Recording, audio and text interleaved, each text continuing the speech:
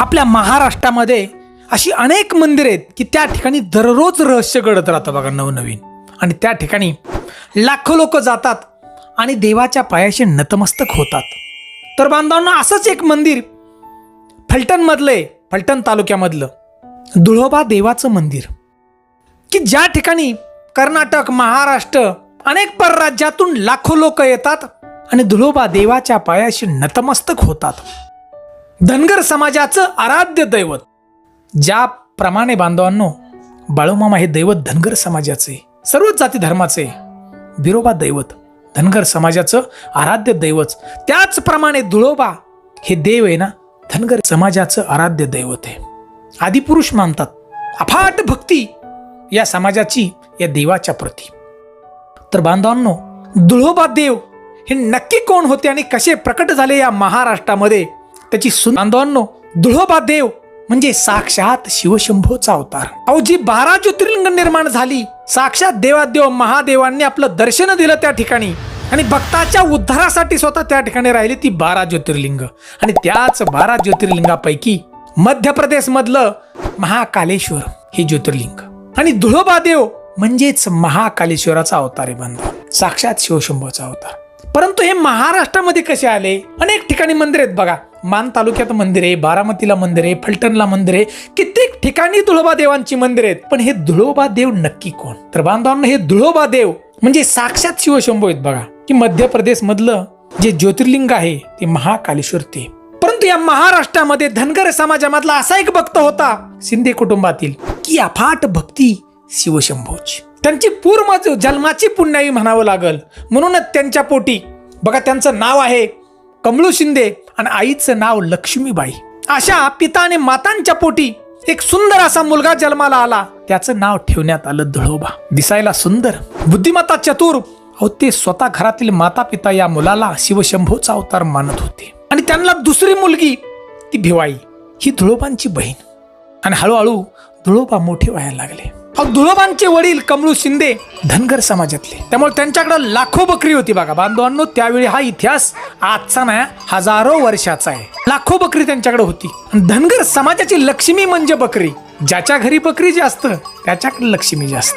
प्रसंग आला की कमळूजी शिंदे यांना एक सुंदर अशी मुलगी दिसली, अति सुंदर. त्या मुलीचं नाव मिठाबाई. ती भक्ताक्षणी मनामध्ये वाटल की ही मुलगी कुठली तरी एका राजघराण्यातली असेल. कमळू शिंदेला च्या मनात आलं की ही मुलगी माझ्या धुळोबाला पाहिजे, लग्न करायचे धुळोबाच. म्हणून त्यांनी बघा चौकशी केली की ही मुलगी कोणाची आहे.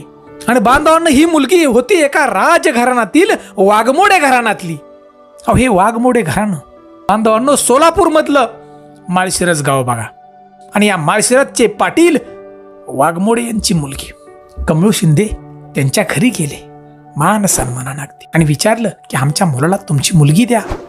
त्यांनी मान्य केलं, परंतु आट घातली, मी माझी मुलगी देतो, परंतु तुम्हाला माझ्या मुलीच्या वजना इतकं सोनं द्यावं लागल. सोनं तुला करावं लागल बघा, वजना इतकं सोनं. कमळू शिंदे यांना धनाचा मतलब हा का हे कळाला नाही बघा. ते गेले घरी आणि जेवढी बकरी येत आपली लाखो बकरी होती बघा त्या टायमाला, त्या लाखो बकऱ्यांच्या गळ्यामध्ये एक सोन्याची पिशवी बांधली बघा. प्रत्येक बकऱ्याच्या गळ्यात एवढी त्यांच्याकडे सोनं होतं बघा. आणि त्या ठिकाणी ते घेऊन आले बघा वाघमोडे यांच्या घरी मिठाबाईच्या.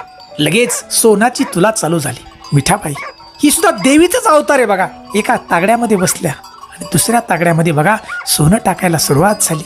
कमळू शिंदे यांनी बकऱ्याच्या गळ्यातल्या ज्या पिशव्या बघा बांधलेल्या सगळ्या एक एक काढायचं आणि त्या काट्यात टाकायचं. सगळ्या पिशव्या संपत आल्या, परंतु मिठाबाईची तुलना जी होती सोन्याबरोबर म्हणजे वजन करण्याची तुला, ती पुरी होत नव्हती बघा. तागडच खाली जायना. काय करायचं? कमळू शिंदे परत गेले, आपल्या घरी राहिलेलं सगळं सोनं घेऊन आले, पण तुला काय होईना. आणि त्याच वेळेस बघा धुळोबा देव त्यांचा मुलगा भगवंताचा अवतार एक युक्ती काढली की त्यांची बहीण बघा भिवाई आपल्या पित्याला सांगितलं की भिवाईच्या कानातलं एक दागिना आहे कानातला, तो कानकुडी, ते घेऊन या पिताश्री आणि ती टाका लगेच तुला होईल. कमळू शिंदेने तसंच केलं. त्यांची जी मुलगी आहे धुळोबांची बहीण, तिच्या कानातला कानकोडा काढले बघा, कानात असणारे कुडी सोन्याची ती काढली आणि काट्यामध्ये टाकतात चमत्कार घडला. मिठाबाईची सोन्याबरोबर तुला पूर्ण झाली.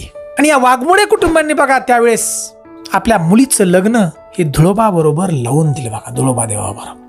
बांधवांनो अशी ही कथा सांगण्यात येते की महाराष्ट्रामध्ये धुळोबा देव आले कसे. तर बांधवांनो, साक्षात शिवशंभूंनी घेतलेला अवतार ह्या कमळू शिंदे यांच्या पोटी बघा. भक्तांचा उद्धार करण्यासाठी महाराष्ट्रामध्ये अशा प्रकारे धुळोबा देव आले बघा. मान तालुका तसा दुष्काळी, आणि त्या ठिकाणाहून बघा अनेक ठिकाणं मंदिरं तयार झाली. कशासाठी? तर भक्ताच्या उद्धारासाठी. अनेक भक्त धुळोबा देवांच्या पायाचे नतमस्तक होतात आणि आपल्या भक्तावर विश्वास ठेवून अनेक गावामध्ये मंदिरं झाली बघा तयार. आणि त्यापैकीच फलटण मधलं मंदिर आहे बांधवांनी धुळोबा देवाचं. त्या पद्धतीनेच देव या ठिकाणी आले. मंदिरात गेल्यानंतर आपण घोड्याच्या पाया पडावं. त्या ठिकाणी ब्रह्मा, विष्णू, महेश या बघा प्रत्येक ठिकाणी मूर्ती आहेत. ज्या ज्या ठिकाणी धुळोबा देवांचं मंदिर आहे त्या त्या ठिकाणी मूर्ती आहेत. का तर हा अवतारच सगळा आहे, ब्रह्म, विष्णू आणि महेश. तर बांधवांनो, आपण मंदिरात जा, घोड्याच्या पाया पडा, नतमस्तक व्हा धुळोबा देवांच्या पायाशी, मिठाबाईंच्या पायाशी. भगवंताला काय फक्त भक्तीचा बुकेला भगवंत आहे त्या ठिकाणी. मंदिराचं सुरेख असं काम आहे त्या ठिकाणी, सुंदर कलर दिलेलं काम.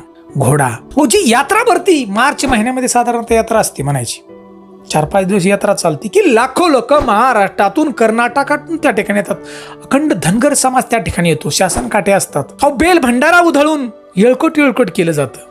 धुळोबा देवाच्या नावानं चांग भेलक केलं जातं. का तर शिवशंभूचा अवतार आहे त्या ठिकाणी बघा. 4-5 दिवस जत्रा भरती, लाखो लोक त्या ठिकाणी येतात आणि नतमस्तक होतात देवाच्या पायाशी आणि त्यांच्या सगळ्या इच्छा पूर्ण होतात. यात्रेच्या काळामध्ये धनगर समाज इतका उत्साही असतो की ढोल ताशा, त्याचा तो आवाज, त्यांचं ते नाचणं, त्यांचं ते नृत्य, धनगर समाजाचं वेगवेगळं नृत्य आहे बघा. ते पाहून अगदी मन भारावून जातं की या महाराष्ट्रामध्ये, या देशामध्ये किती लोक आहेत भक्ती करणारी, श्रद्धा करणारी देवावरती. म्हणून बांधवांनो, आजही कित्येक लोक या पृथ्वीवरती पापी असतात, पण या पाप्यांना तारण्याचं काम या महाराष्ट्रातील, या देशातील पुण्यवंत लोक भक्ती करणारे करतात. म्हणून ही सृष्टी टिकली बघा. म्हणून बांधवांना एकदा तरी आपण धुळोबा देवांच्या पायाशी नतमस्तक होण्यासाठी फलटणला नक्की जा, धुळोदेवी या ठिकाणी. अशी ही धुळोबा देवाची माहिती बांधवांनो. महाराष्ट्रात, देशात अनेक ठिकाणी मंदिर आहेत, परंतु अवतार हा शिवशंभूचा आहे. लक्षात घ्या. प्रत्येक ठिकाणी नावं जर वेगळी असेल तर देवांनी आपल्या भक्तासाठी ही रूप धारण केली आहेत बघा, प्रत्येक ठिकाणी वेगवेगळी. तर बांधवांनो, या ठिकाणी देवांचे अनेक मानकरी ते सुद्धा हजर असतात बघा. बांधवांनो, ही धुळोबा देवाची माहिती जर आपल्याला आवडली असेल तर आमच्या चॅनलला नक्की आपण लाईक करा, सबस्क्राईब करा आणि आम्हाला कमेंट म्हणून धुळोबा देवाचं चांग भलं अशी एक आम्हाला कमेंट नक्की द्या. जय हिंद, जय महाराष्ट्र.